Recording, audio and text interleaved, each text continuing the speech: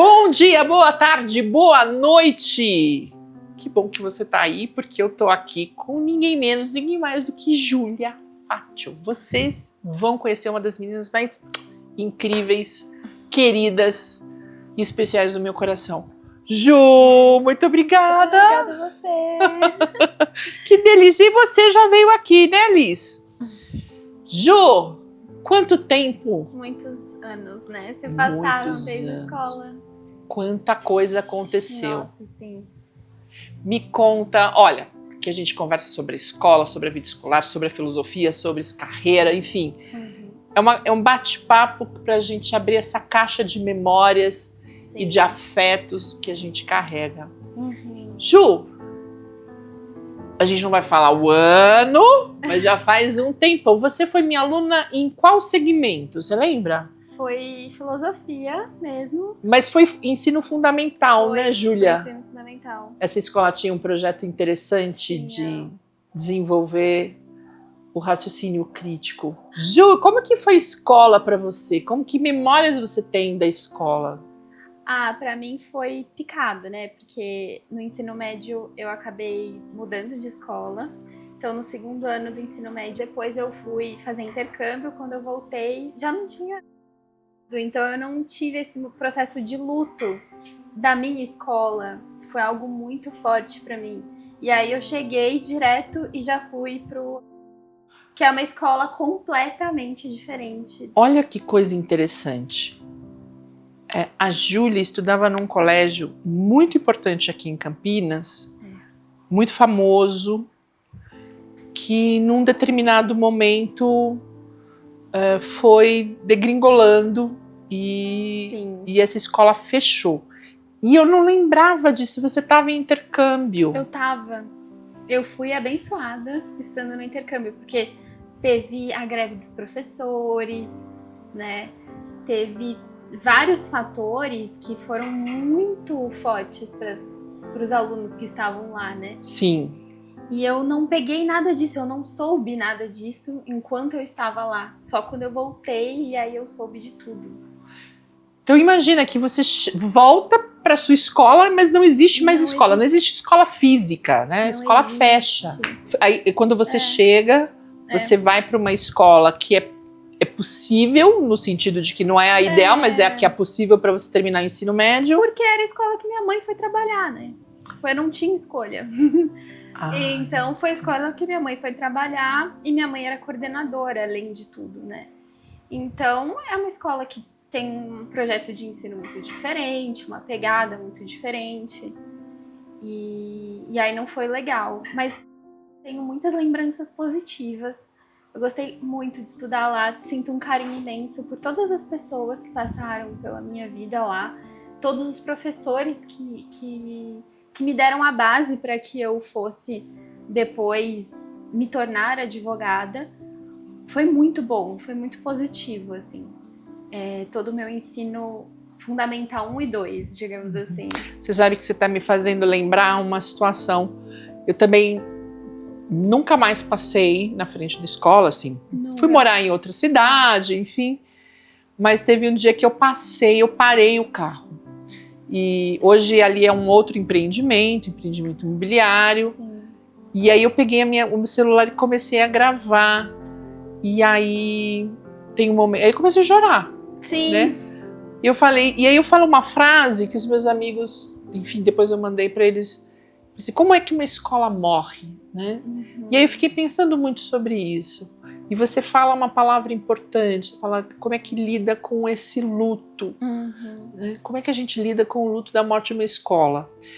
Eu acho que de alguma maneira o canal, Júlia, tem um pouco esse papel de colar um pouco em nós essas memórias, porque em última instância ela continua viva em nós. Sim, né? sim. Se você lembra, assim, que vem, assim, nos sentidos daquela escola, assim? Nossa, era tudo, né? O ambiente, você lembra? Uma escola aberta, era uma escola que tinha muita luminosidade, que tinha muita planta. Eu lembro muito das jacas que cheiravam muito, né? O que ele aquele ginásio, que era um ginásio gigantesco, né? Muito melhor que muita escola, é muito maravilhoso. Eu lembro que era uma escola, assim, que ela dava vontade de você ir, né? Que você tinha contato com a natureza, que você tinha vida, né? Uma vida diferente. Tinha aquela parte do teatro de arena que a gente Sim, ficava, a gente você fazia lembra muitas aulas ali. Muitas aulas lá, era muito legal. Essa era uma outra coisa importante, era uma escola que a gente ficava pouco dentro da sala de aula. Pouco dentro da sala de aula. E as salas de aula, elas tinham uma porta que ela era transversal e a gente sempre deixava aberta, lembra? Lembro. E mesmo quando estava fechada, tinha vários furinhos que entrava muita luminosidade, muito vento. Era muito gostoso. Era muito gostoso. Parece que a gente estava numa cabana no meio do mato, né? Sim. Uma coisa muito linda. E os professores, Ju, você lembra? Nossa, eu tive ótimos professores que eu guardo assim no meu coração até hoje. Mas um que me marcou muito foi o Fernando Morato. Você lembra do Morato? Sim, Fernando Morato, que acompanha o canal, né, Fernando Morato? Que era de literatura. Eu amava literatura, né? Eu amo literatura.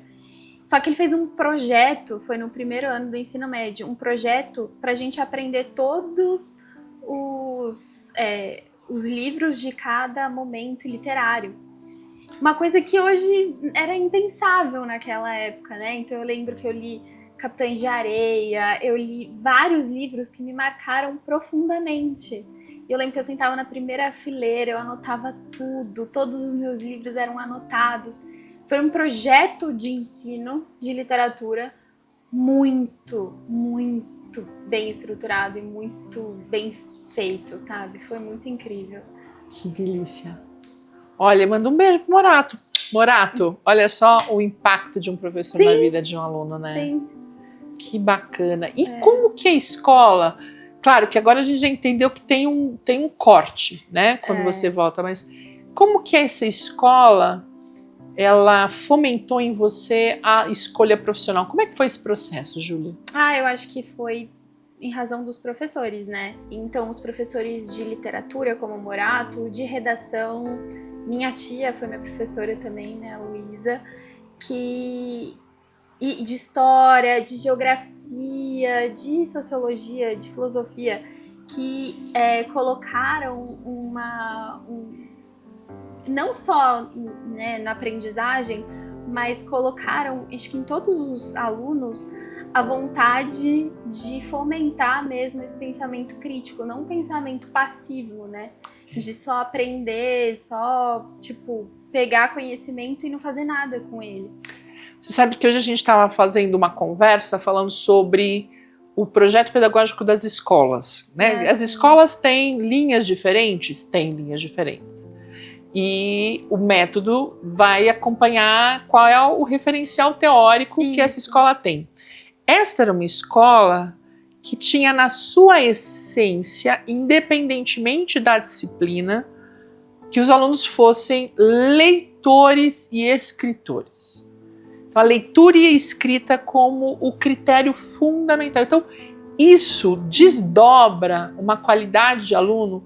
Então, se você está aqui assistindo essa entrevista, você já deve ter assistido a entrevista do Lucas Lorenzato, que estudou nessa escola. Você deve ter assistido a entrevista do Felipe Uchoa, que estudou nessa escola, e outros tantos que ainda virão para essa conversa. Então, isso fez toda a diferença, Júlia? Fez toda a diferença. Fez toda a diferença, porque eu tinha certeza que eu queria fazer direito, assim. Tinha certeza, eu não tive problema nenhum na escolha do curso. Eu até fiz alguns ajudas, né, com psicólogos, porque eu tava entre, sei lá, economia e direito, história, direito, mas na essência eu já sabia que eu queria ser advogada, sabe?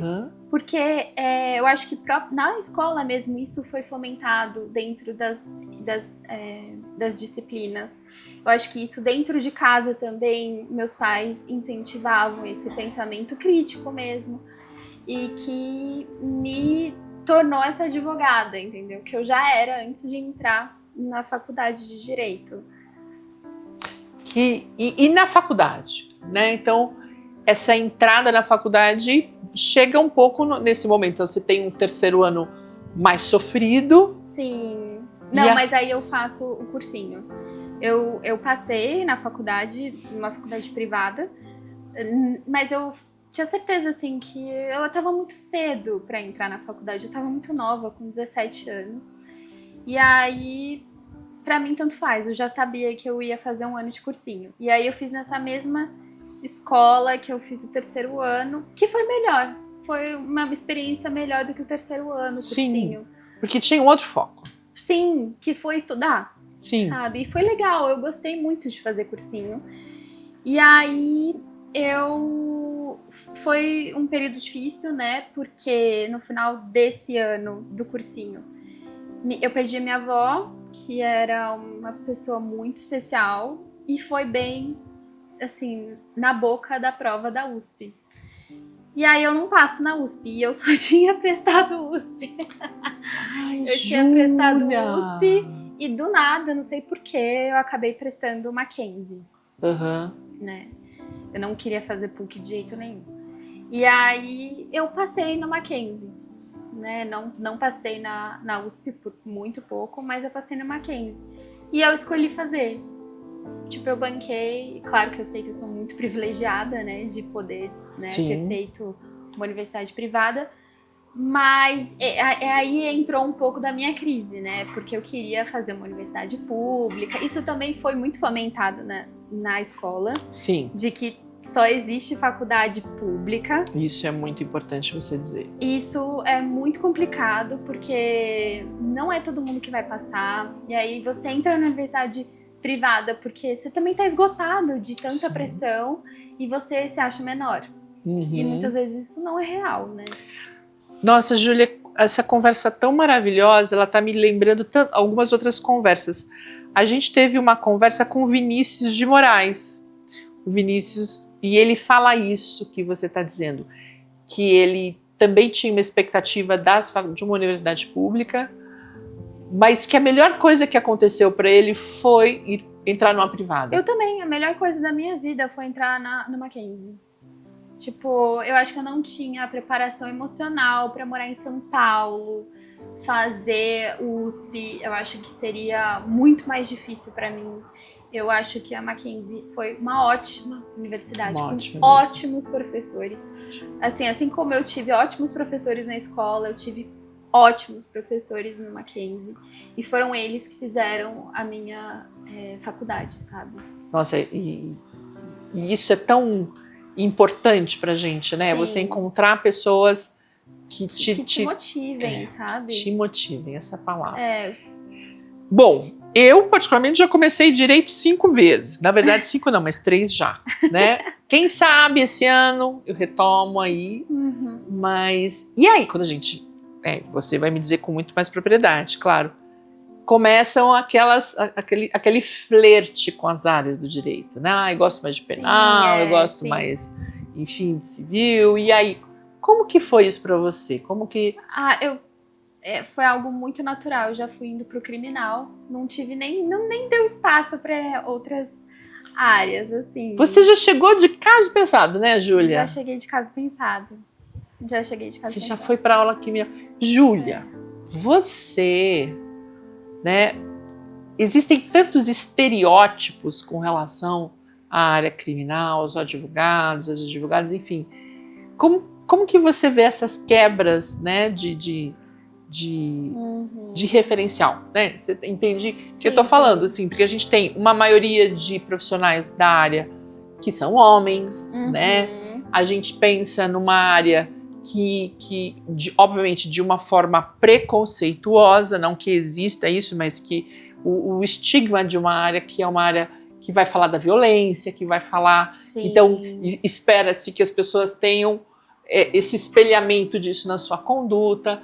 Como que a Júlia uma menina, chegar nessa área e se impor? Como é que é isso? Eu acho que foi uma desconstrução, assim, porque o direito penal, quando você chega na universidade, você tem uma ideia totalmente equivocada sobre o sistema, na verdade. Você acha que prende pouco, você tem um pensamento, né, assim como eu tinha, de que, pô, eu sou a favor da pena de morte, né? Ou prisão perpétua. Esse discurso que muita gente... tem, né? Tipo, eu sou a favor... Eu acho o sistema americano maravilhoso. Sim. Porque todas as séries que eu vi são, nossa, impecáveis as investigações. E aí é uma desconstrução, né? E eu acho que isso ficou muito claro durante o meu processo na universidade. Não só nas aulas de direito penal, muito pelo contrário, nas outras. Porque quando a gente entra no direito, você sabe, tem as propedêuticas. E essas propedêuticas vão dar base para todas as outras que são específicas, né? Sim. E aí eu lembro que eu tava numa aula de um professor que hoje é desembargador do TJ de Minas. E ele falou, quem é a favor da pena de morte? E aí eu levantei a mão. E aí ele trouxe um argumento. Ele falou, se você é a favor que o Estado te mate quando você comete algum determinado delito, você tá pressupondo que o Estado tem o direito de tirar a sua vida. Independente de você saber se essa investigação foi bem feita, se é real, se não é real, se é verdade, se não é verdade. Você está dando esse direito para o Estado, né? Um Estado que já por si só mata, né? Sim. Que perpetua um genocídio contra uma determinada população. Então, e aí foi uma desconstrução. Acho que essa foi a primeira de muitas desconstruções que eu tive, né? Para alguém que entrou na universidade achando que era a favor, né, da pena de morte, eu saí pensando totalmente ao contrário. O meu TCC foi sobre abolicionismo penal e justiça restaurativa. Nossa. Então, assim, eu acho que eu dei uma guinada, assim, né, na minha construção de moral mesmo, sabe? Você sabe que você está falando de um tema da Angela Davis, escreveu um livro maravilhoso. Eu vi que você encontrou ela. Gente, posso contar essa história? 2 minutos. Conta. Gente, eu estava em Salvador. Bom, primeiro que eu fiz uma formação, uma pós-graduação em Direitos Humanos. Que legal. Né? Que é, enfim, uma área que eu tenho muito apreço. E aí eu estava em Salvador, acompanhando minha irmã numa viagem, assim, 2 minutos para contar essa história. E aí ela ia chegar, e eu já tinha chegado no hotel, ela falou, eu tô chegando e tal. Eu desci para o saguão. Quando eu saio no saguão, eu vejo a Angela Davis entrando no saguão. Nossa. Eu comecei a olhar ao redor, assim, como do ninguém tipo... tá paparicando essa mulher. Eu comecei a olhar e falei, gente... Eu lembro que eu olhei, assim, pro balcão, né, da recepção, eu olhei e falei sem som. Angela Davis. Do tipo, vocês precisam fazer alguma coisa. E aí eu me lembro que ela, muito alta, assim. Ela é alta? Ela é alta, ela é mais alta que eu. Que ela fosse baixinha. Não, ela é mais alta que eu. Nossa. Magra, mas esguia. Ela tem um cabelo ainda. Ela tem um cabelo, né, um jeito, mas assim, e eu me lembro que eu fui andando na direção dela. Ela viu que eu fiquei totalmente desconcertada. E aí ela foi andando de maneira muito, muito leve, mas numa direção contrária à minha. É porque... Ela ficou com medo, talvez. Não, porque, veja, é uma pessoa que tem um domínio, né, do espaço, outras pessoas, enfim. Uma história incrível. Nossa, sim. E aí eu tinha feito uma formação, e ela dava uma palestra numa formação de uma faculdade online e tal. E aí o meu inglês macarrônico, né, minha professora Angela, maravilhoso, agora tá ficando ótimo, né, meu inglês. Mas aí tinha uma tradutora acompanhando ela, e aí eu disse, ela precisa saber que eu assisti o curso dela, que é maravilhoso, não sei o quê. E aí a moça falava pra mim assim, fala isso pra ela. Eu falei, eu não consigo, né? Eu tava muito nervosa. E aí, eu tirei aquela foto. Eu vi essa foto. Eu vou colocar essa foto no vídeo. Posso, Ju? Claro! Eu tirei a foto. Então, você vê que a Angela Davis está plena e tranquila. E eu tô assim. Não, eu imagino. Aí, só pra contar que ainda tem uma outra parte. Que eu vou mostrar pra você. Aí, Ju, ela tava no hotel. Aí no dia seguinte, tomar café da manhã, onde é que tá a geladeira? Mas eu não ia muito assim, mas né, tava um tchauzinho. E aí, como eu tinha sido muito esfuziante a conversa, tava um tchauzinho assim. Aí eu falei, gente, eu preciso de um livro pra mandar aquela moça pra ela assinar. Bom, comprei um livro e ela tava lançando no Brasil o Abolicionismos. Eu ainda não tenho esse livro. Eu tenho esse livro aqui. Mas aí eu não achei nem pra comprar, porque ela fez o lançamento desse livro na Federal da Bahia. Inclusive, a Aniele Franco estava lá, porque depois eu tirei uma foto com a Aniele Franco, porque ela também estava no meu hotel. Gente, foi um acontecimento. A gente não precisa colocar tudo isso no vídeo, tá, gente? Pode fazer um corte. Mas, enfim. Aí eu fui numa livraria, na rua do hotel tinha uma livraria, comprei um livro, a biografia da Angela Davis. Eu li também. Super dá boitempo, né? Isso. Super difícil comprar. Aí, pôs na minha bolsa, eu falei, gente, eu vou encontrar aquela mulher e vou pedir pra ela, pelo amor de Deus, um autógrafo. Sim. Aí eu falei, gente, eu vou passear e fui pra onde? Fui ver a fundação da Irmã Dulce. Tá. Entrei no elevador, Ela o elevador parou. Quem entrou no elevador? Angela Davis. Você... Aí eu sozinha, meu inglês, I don't speak English, please, sorry, I can't, I have to study. Enfim, aí eu olhei, eu peguei o livro e falei tudo em português. Falei, por favor, você pode assinar pra mim, please? Eu só lembro de falar please. E ela até me dirigiu a palavra. Quando ela entrou no elevador, ela falou em inglês. Olha você aí novamente. Olha que legal. Ela falou comigo, eu falei, gente. E aí eu fui ler sobre abolicionismos, né? Que é um estudo muito importante sobre o sistema carcerário nos Estados Unidos. E que práticas e que projeto político é esse, né? De extermínio, efetivamente. E aí, como que você caminha nessa área, Júlia? E você foi estudar quem, o quê, enfim. Eu acho muito legal pontuar que desde o começo da faculdade eu me dediquei à pesquisa. Então eu tive um professor de ética, que é o Gerson, que ele me incentivou muito a fazer pesquisa. Eu gostava muito das aulas dele. Ele era um pastor, por incrível que pareça, era um pastor, e ele era sensacional. As aulas dele de ética eram incríveis, assim. Aquela aula que você anota muita coisa, que você sai assim querendo, meu Deus, eu preciso respirar para conseguir assimilar tudo isso. E aí o Gerson me puxou para fazer iniciação científica, né? E eu fui financiada, né, pelo projeto do PIBIC. E eu comecei a minha pesquisa estudando autoritarismo. Então eu comecei minha pesquisa estudando sobre Oliveira Viana, não sei se você conhece. Não. É irrelevante ele também. Ele é um pensador autoritário que buscava, no começo do século XIX, branquear a população brasileira. E eu li diversos livros dele para fazer essa pesquisa. E foi uma pesquisa que me fomentou muito, mais uma vez, o pensamento crítico. E aí eu comecei, de forma autônoma, a começar a estudar mais sobre o direito penal, não no viés do direito penal como código penal, né? Do delito, qual é o delito, qual é a pena e tal, mas da criminologia. Eu comecei a estudar criminologia, que é uma área do direito penal que é pouco estudada no Brasil ainda, mas o pouco trabalho que foi feito é maravilhoso, né? Principalmente pela USP. E aí começou esse novo mundo para mim. E quando eu tava em Coimbra, que eu fui fazer sanduíche, né? Eu tive uma aula de criminologia com a Cláudia Santos Cruz, que é uma professora excepcional, que ela tem um livro falando sobre justiça restaurativa. E foi lá que eu conheci a justiça restaurativa.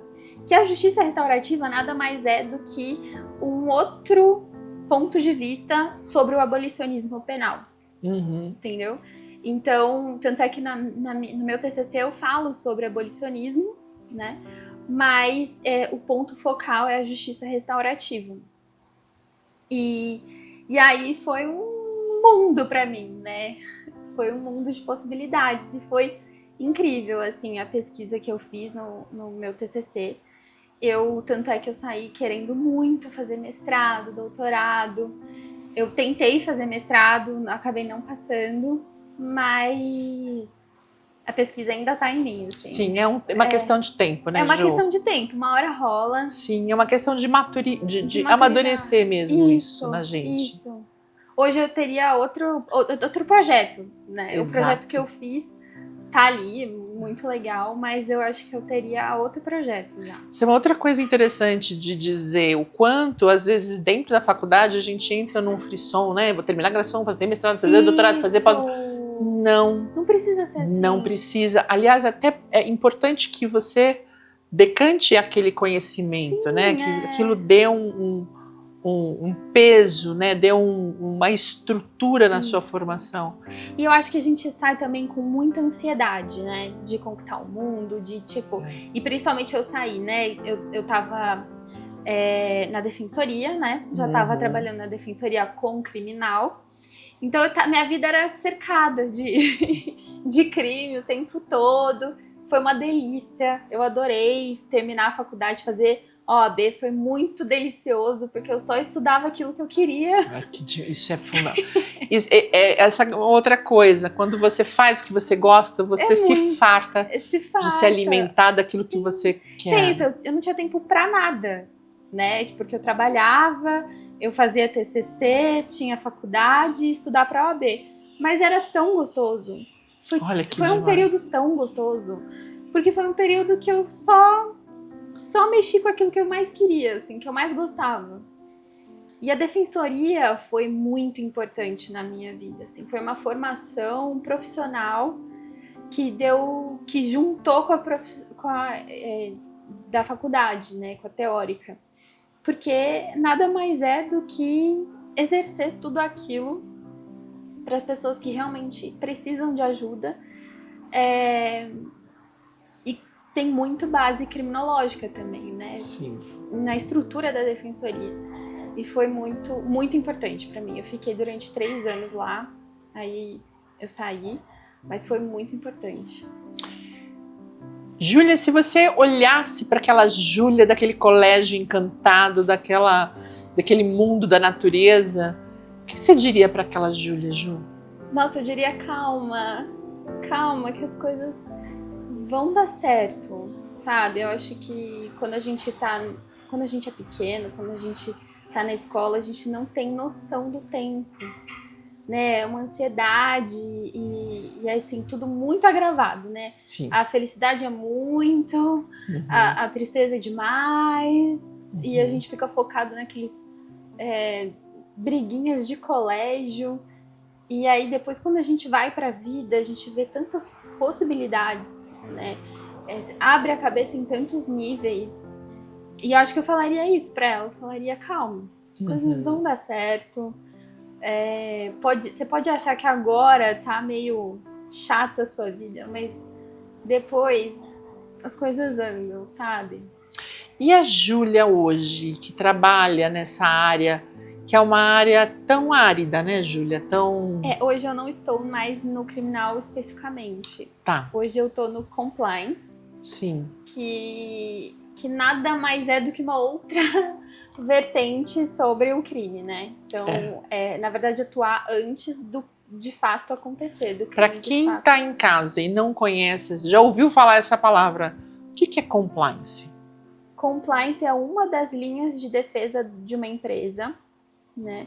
E a gente atua na prevenção de crimes, né? Na prevenção de crimes de corrupção, suborno, lavagem de dinheiro. Então a gente faz investigação, due diligence. Existem diversos pilares dentro de um programa de compliance para que você estruture essa prevenção ao cometimento de crimes.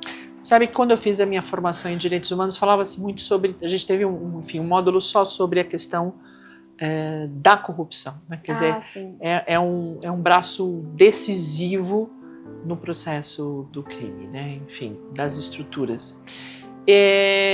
Além disso, o compliance trabalha com a questão isso é dentro das empresas, né? Isso. Ela também trabalha com as questões que envolvem a relação entre funcionários, subordinados, sim. isso também está contemplado. Sim, isso tudo que envolve de alguma forma ilícitos, né? Então pode ter uma injúria racial, pode ter um racismo, como acontece, né? Homofobia. Então todas as relações estão dentro de um código de ética que está supervisionado pelo compliance, né? De alguma forma ou de outra. E isso hoje ter esse espaço ou esse setor dentro das empresas é uma questão obrigatória, lei? Não Ou é. É uma boa prática, certo? É uma boa prática. E, de fato, assim, isso se deu de pouco tempo para trás, né? De pouco tempo para cá, né? Em 2013 teve a nossa lei anticorrupção, que deu ensejo à construção dos programas de compliance. Hoje a Corregedoria, que é a CGU, ela vem fomentando e vem chancelando os programas de compliance através de vários selos, o selo Proética, o selo Pacto Brasil, para fomentar mesmo a estruturação de programas de compliance dentro das empresas. É claro que a gente não tem algo muito disseminado no Brasil, mas grandes empresas todas têm, porque para você ter relações comerciais com outras empresas, você precisa ter né, um programa de compliance. É uma prática esperada. Sim. Se você também for abrir capital, é evidente que você tem que ter um programa de integridade. Júlia, que maravilhoso! E qual é o futuro dentro dessa área? Você acha que a gente vai chegar... Estou pensando nessa questão corporativa e, de alguma maneira, a gente precisava disso para além dos espaços que são os espaços privados, né? Que, na verdade, a gente pode chamar isso de cidadania, né, Júlia? Sim. A construção de uma relação de práticas cotidianas que sejam cidadãs, efetivamente. Sim. Júlia, que delícia conversar com você. Quais são os projetos futuros agora? Mestrado. O mestrado, pegar aquele mestrado de lá, enlaçar ele. Sim, acho que meu grande projeto futuro é fazer uma pesquisa, e uma pesquisa voltada à criminologia de colarinho branco, né? Então, vou mudar um pouco o que antes eu estava pesquisando. E para um futuro, ser professora. Acho que eu tenho isso no meu sangue. É verdade. Meu sonho é mesmo lecionar. A filha de uma das mais importantes professoras de biologia da cidade, não é mesmo? É isso, que bacana, Ju. Sim. E aí eu te fazer uma outra pergunta. Se a gente for pensar hoje, quais são os lugares de ponta que estão trazendo essa discussão dentro dessa área de compliance? Estados Unidos. Estados Unidos, para você listar a sua ação, né, na Bolsa de Valores de Nova York, eles têm diversos requisitos, né? Dentre eles tem uma parte que chama Auditoria SOX, que verifica todos os seus pilares de programa de compliance, e é muito sério. Assim, a todos os anos eles aumentam a regra. Então não é esperado que você só faça o mesmo. Você tem que aumentar a regra. Também tem tem a SEC, que é tipo a CVM de lá, e o DOJ, que faz as investigações, que são duas instituições que são muito importantes e realmente levam muito a sério os programas de compliance. Mas além disso, a gente tem no Reino Unido uma lei que incentiva bastante, né, os programas de compliance, e a Europa como um todo, assim. Ju! Que delícia conversar com você, que conversa boa, que orgulho. É emocionante ver aquela menina, né, toda leve e saltitante, e essa profissional, essa mulher maravilhosa, segura e comprometida que você né, que você se tornou. Parabéns, viu? Obrigada. Uma grande honra e uma grande emoção vê-la. Se você Obrigada. ficou até agora, curta, compartilhe, divulga essa conversa, conta desse tema e deixa o seu registro no canal, que a gente também quer saber, né, de que lugar você vem e quais são as reflexões que você traz sobre esse tema. Até a próxima!